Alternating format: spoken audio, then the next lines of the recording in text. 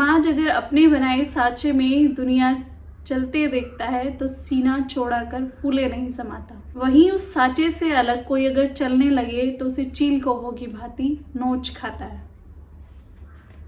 आप सभी का स्वागत है आपके अपने चैनल पिंड इमोशंस में।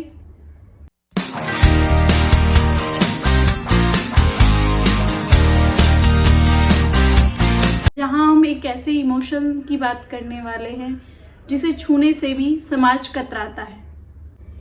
आज मैं चर्चा करने वाली हूँ लड़के और लड़कियों से अलग तीसरी चॉइस की, और आप सभी से उम्मीद करती हूँ आप खुले दिलो दिमाग से इस विषय का हिस्सा बनेंगे। आप सभी जानते हैं वायरल रील्स का ज़माना है। मैं एक दिन एक रील में देखती हूँ एक शख्स बहुत सुंदर स्कर्ट, बड़ी बड़े फ्लेयर्स वाली स्कर्ट को बड़े खूबसूरती से डांस कर रहा है, उसको अच्छे से कैरी कर रहा है। मेरा उस शख्स के चेहरे पर ध्यान गया तो मैंने देखा वो एक पुरुष है और गजब की फूर्ती, और इतने बड़े घाघरों के साथ वह इतना शानदार डांस कैसे कर पा रहा है, मैं सोचती ही रह गई। दूसरी तरफ मैं देखती हूँ एक पुरुष खादी की साड़ी और सूट को बड़े ग्रेसफुली कैरी कर रहा है।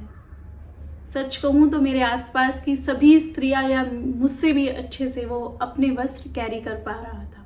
उसके चेहरे पर इतना मतलब कहते हैं मनमोहक उसका चेहरा था, और एक कहते हैं ना ग्रेसफुली एक डिसेंट सा बंदा वो मुझे दिखाई दे रहा था उन वस्त्रों के साथ भी। आप मानेंगे नहीं, यह हकीकत है कि मैं और मेरे आसपास की जितनी भी स्त्रियां हैं उनसे सबसे अच्छे से वो सूट और साड़ी कैरी कर पा रहा था। आप सोच रहे होंगे कि पुरुष इतने अच्छे से साड़ी कैसे कैरी कर पा रहा था। अपने अस्तित्व को इतने शानदार तरीके से संभालते हुए जब मैं इन लोगों को देखती हूँ तो मेरा मन भर आता है।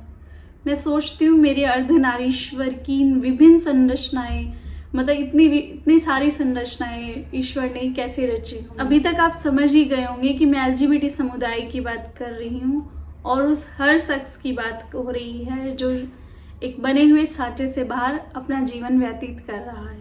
एक तरफ जहां आप देखते हैं कि एक लड़की जब बिंदी, लिपस्टिक और लंबी चोटी सूट के साड़ी पर कैरी करती है तो उसे खूबसूरत और संस्कारी कहा जाता है।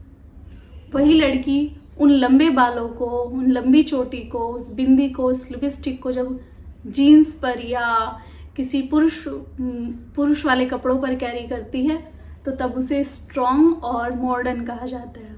वहीं दूसरी तरफ देखिए, एक पुरुष जब स्त्री के कपड़े धारण करता है, स्कर्ट पहनता है, साड़ी पहनता है या फिर भी स्त्रीचित व्यवहार करता है तो वह हंसी का पात्र बन जाता है।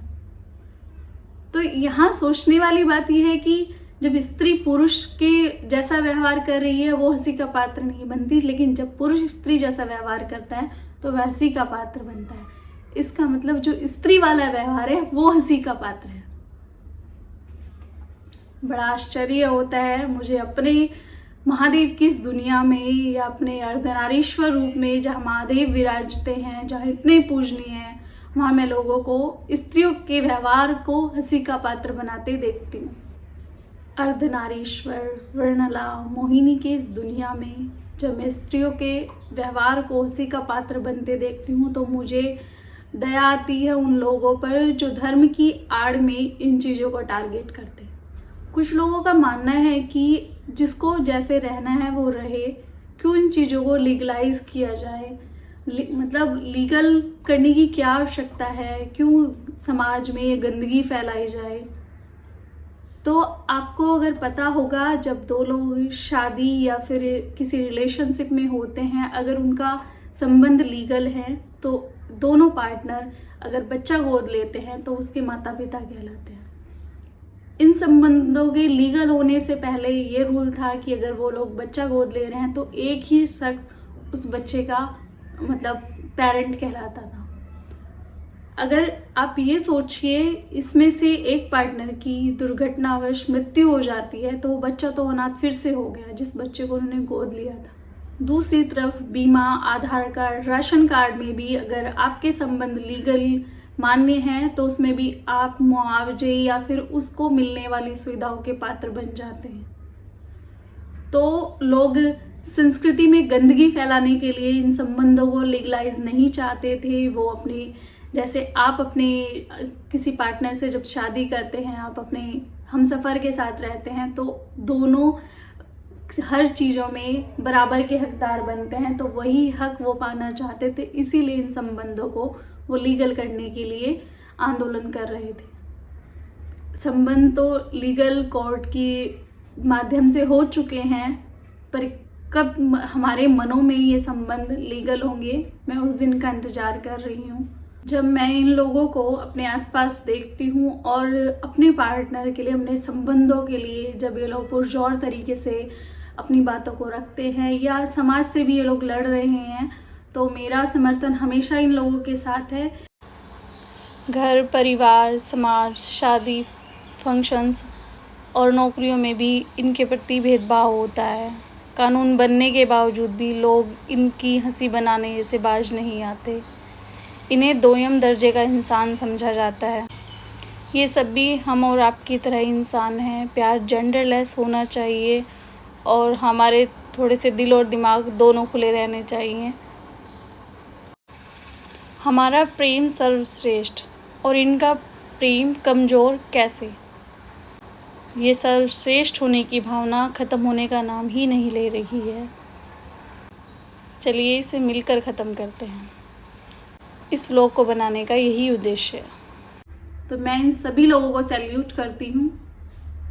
और दूसरा, जो लोग मुझे धर्म के आड़ में इन सब पर ज्ञान देने वाले हैं, उन सभी के लिए कि मैं अर्धनारीश्वर की दुनिया में पली बड़ी हूँ, मैं सनातनी हूँ। मेरे धर्म में ऐसी कोई व्याख्या नहीं है कि आप किसी को अपने तौर तरीक़ों से जीने पर मजबूर करें। मेरा धर्म कोई किताबी या आसमानी नहीं है जिसमें आप जो उसमें लिख दिया गया और कह दिया गया आप उसी तरीके से अपना जीवन गुजारने वाले हैं।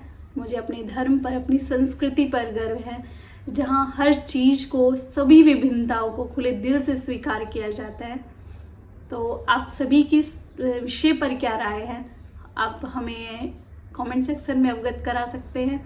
मैं सभी से उम्मीद नहीं करती हूँ कि सब लोग इस विषय को समझ पाए, क्योंकि मुझे खुद इस चीज़ को समझने में वर्षों लगे। और यदि 1% भी लोग इस चीज़ को समझ रहे हैं तो मेरा व्लॉग बनाना सफल रहा। मिलते हैं किसी अन्य टॉपिक के साथ। धन्यवाद।